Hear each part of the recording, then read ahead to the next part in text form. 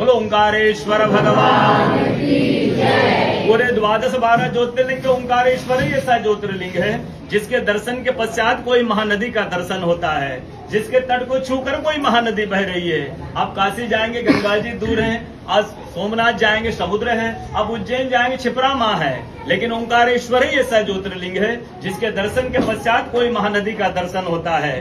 वो महानदी है रुद्रदेहाज विद्महे मैं कलकन्याज धीमहि तन्नो नर्मदा प्रचोदयात्। भगवान शंकर के देह से पसीने के बूंद से निकली है माँ नर्मदा।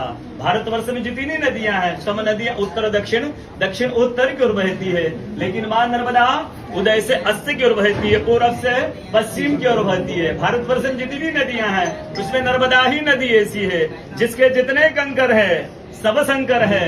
नर्मदा पुराण में ये भी कहा गया है कि नर्मदा स्पर्श जल से स्पर्श होने से जो शुभलिंग निकलता है उसको डायरेक्ट पूजा की, जिनको प्रतिष्ठा की आवश्यकता नहीं है, नर्मदा जल स्पर्श होने से वो स्वयं प्रतिष्ठित हो जाते हैं। अयोध्या में राम लला जी की जब स्थापना की गई थी उस समय नर्मदा का शिवलिंग 2.5 फीट का राम जी के साथ में राम लला के साथ अयोध्या में स्थापित किया गया है।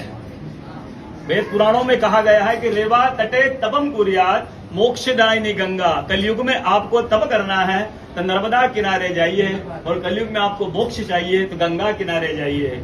तो नर्मदा किनारे एक संत का तपस्थुरी संत का एक अनुभव बताता हूँ जो वर्षों से नर्मदा किनारे रहे, नर्मदा का भजन किया। जब वो देखते हैं सुबह ब्रह्म मुहूर्त में प्रतिदिन एक माई आती है नर्मदा स्नान करके लौट जाती है। संतों को जिज्ञासा हुई कि मैं वर्षों से इस माँ को देख रहा हूँ जो दर्शन करके स्नान करके लौट जाती, कल मैं माँ से पूछूंगा माँ आप कौन, अपना परिचय दीजिए। सुबह ब्रह्म मुहूर्त में जैसे ही माई नर्मदा स्नान करके लौट रही थी, संत ने देखा माई नर्मदा स्नान करके लौट रही है। संत दौड़ते माँ को साष्टांग दंडवत प्रणाम करके पूछा है माँ मैं वर्षों से आपको देख रहा हूँ नर्मदा स्नान करके लौटती, माँ अपना परिचय दीजिए। तो माँ अपना परिचय देती है मैं गंगा हूँ, शुद्धिकरण के लिए कलयुग में नर्मदा स्नान करने के लिए आती हूँ।